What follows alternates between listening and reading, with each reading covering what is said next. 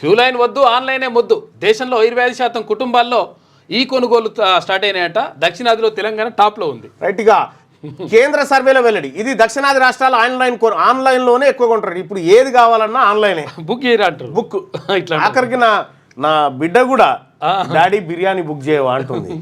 నా బిడ్డ కూడా పోయింది, బుక్ చేద్దామని వచ్చింది.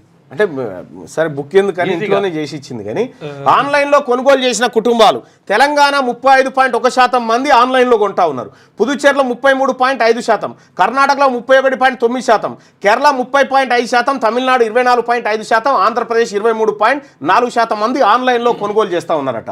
ఇక బిగ్ సేలు, ఆన్లైన్ కార్నివాల్, ధమాకా సేల్ అంటూ పండుగ సీజన్లు ప్రముఖ దినాల్లో అనేక సంస్థలు భారీ ఆఫర్లతో కొనుగోళ్లను క్లిక్ చేసేలా ఊరిస్తుంటాయి. పట్టణాలు, నగరాల్లో అనేక దుకాణాలు కరివేపాకు నుంచి మటన్ వరకు, లోదుస్తుల నుంచి షేర్వానీల వరకు, స్క్రూ డ్రైవర్ నుంచి కంప్యూటర్ల వరకు ప్రతి వస్తువును ఆన్లైన్లో ఆర్డర్ ఇస్తే నిమిషాలు, గంటల్లో ఇంటి గుమ్మ ముందుకు చేరుస్తున్నాయి. ఈ నేపథ్యంలో కేంద్ర గణాంకాల శాఖ ఈ ఏడాది జనవరి మార్చి మధ్యలో కాంప్రహెన్సివ్ మాడ్యులర్ సర్వే టెలికాం 2025 పేరుతో ఆన్లైన్ కొనుగోళ్లపై నిర్వహించిన సర్వేలో అనేక ఆసక్తికర విషయాలు వెల్లడాయి.